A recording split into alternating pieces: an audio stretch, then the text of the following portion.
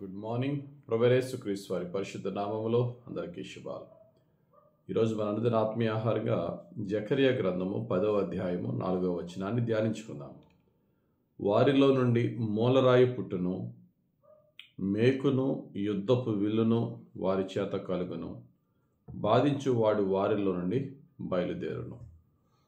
ఈ మాటలో మనం చూసినట్లయితే యేసుక్రీస్తు వారిని గురించిన అద్భుతమైన సత్యాలు ప్రవచనాత్మకంగా ఈ యొక్క వచనంలో మనం చూస్తున్నాం. ఎవరు నా జీవితంలో యేసు ప్రభు అంటే మొట్టమొదటిగా ఆయన మూలరాయి. మూలరాయి ఇంగ్లీష్లో కార్నర్ స్టోన్ అంటారు. ఆ రోజుల్లో వారు కట్టే ప్రతి భవనానికి పునాది రాయి ఎంత ఇంపార్టెంటో మూలరాయి కూడా అంత ఇంపార్టెంట్. మూలరాయి ఎందుకంటే ఆ కార్నర్ స్టోన్స్ని వారు పెట్టి దాన్ని బట్టి దాన్ని బేస్ చేసుకునే సమస్తమైన కట్టడ ఆధారపడి ఉంటుంది. కార్నర్ స్టోన్ వారు పెట్టేది పెద్దది పెడతారు, షేక్ అవ్వకుండా ఉండే బలమైనది పెడతారు.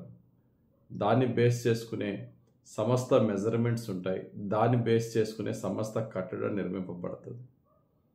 యేసు ప్రభు నా యొక్క మూలరాయి అంటే అర్థం ఏంటంటే ఆయన్ని బేస్ చేసుకునే నా ప్రతి ఒక్క నిర్మాణము నిర్మింపబడాలి, నా జీవితము నిర్మింపబడాలి. దానికంటే బయటికి వెళ్లకుండా దాన్ని ఆధారం చేసుకుని కట్టబడే జీవితం మనకు ఉండాలి. రెండవది, అక్కడ యేసు ప్రభు అట ఆయన ఒక మేకు. మేకు అనే దాన్ని మనం ఎలా తీసుకోవాలి అంటే, పూర్వకాలంలో వారి ఇంట్లో ఒక బలమైన మేకు గోడకు దిగ్గొట్టుకుంటారు. ఎందుకంటే ప్రతి వస్తువు దానికి వేలాడదీసి పెట్టుకోవడానికి. ఏ వస్తువన్నా ఆ బలమైన మేకికి వేలాడదీస్తే అది పడిపోకుండా ఉంటుంది. మనం వేలాడవలసింది ఆయన మీదే, మన ఆధారం ఆయనే.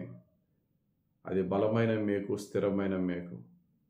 యేసు ప్రభువా, నీ మేకు మీదే నేను, నా భార్య, నా పిల్లలు, నా కుటుంబం అంతా ఆధారపడి ఉన్నామయ్యా.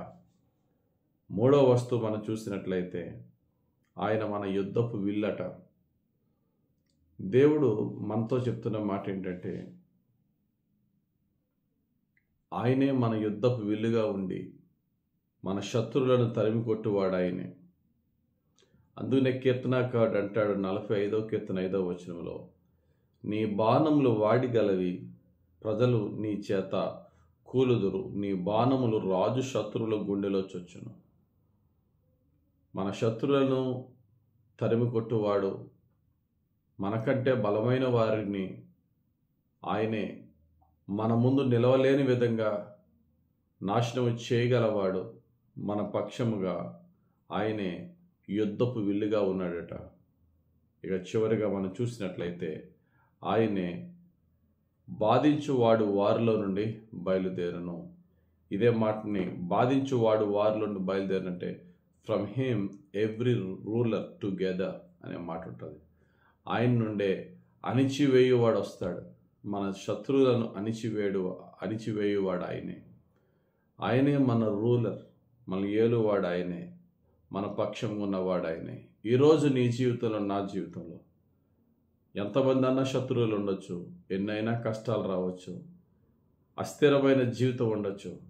క్రీస్తు అను మూలరాయి ఆధారం చేసుకుని మన కుటుంబాన్ని కట్టుకోగలిగితే, క్రీస్తు అను మేకి మీద మనం వేలాడబడితే, క్రీస్తు అను యుద్ధపు విల్లుని ఆయన చెప్పిన విధముగా ఆయనే మన యుద్ధపు విల్లుగా మనం చేసుకుని మన సొంత ఆయుధాల మీద ఆధారపడకపోతే, మన యొక్క శత్రువులను, మన యొక్క శోధనలను అణిచివేయువాడైన రూలర్, మన నాయకుడైన యేసు ప్రభువు మీద మనం ఆనుకుని ఆయన పాదాల యొద్దకు చేరినట్లయితే సమస్త కార్యాలను చేసి మనలను, మన కుటుంబాలని సంరక్షించేవాడు. భక్తుడైన పౌలు చెప్పినట్టుగా మా యుద్ధాయుధములో, మా యుద్ధోపకరణములు శరీర సంబంధమైనవి కావు, కానీ దుర్గములను సైతము పడద్రోయగల ఆత్మ సంబంధమైన యుద్ధోపకరణాలు. అవి యేసయ్యలోనే మనం పొందుకుంటాం. కాబట్టి ప్రియులారా, దేనికి భయపడకుండా జకర్యా గ్రంథం 10వ అధ్యాయము 4వ వచనంలో ప్రభు మనకిస్తున్న ఈ వాగ్దానం ప్రకారంగా యేసు క్రీస్తు అను మూలరాయిని ఆధారం చేసుకుని నడుద్దాం.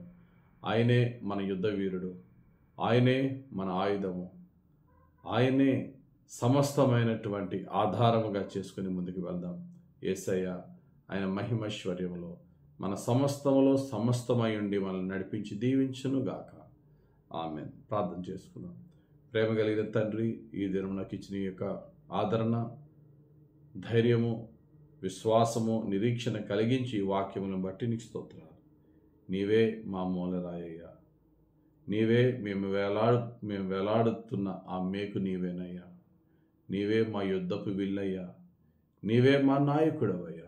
మమ్మలను ఉద్ధరించి ఏలి పాలించమని, మమ్మలను నీవే దీవించమని, పోషించమని, నడిపించమని యేసుక్రీస్తు వారి పరిశుద్ధ నామములో ప్రార్థిస్తూ నీ పాదాలకు మమ్మల్ని అప్పగించి వేడుకొనిచున్నాం తండ్రి. ఆమెన్. తండ్రి యొక్కయు కుమారుని యొక్కయు పరిశుద్ధాత్మదేవుని అభిషేకం మనపై బహుబలంగా దిగివచ్చి నడిపించి దీవించును గాక. Amen. Amen. Amen. God bless you. Have a very blessed day.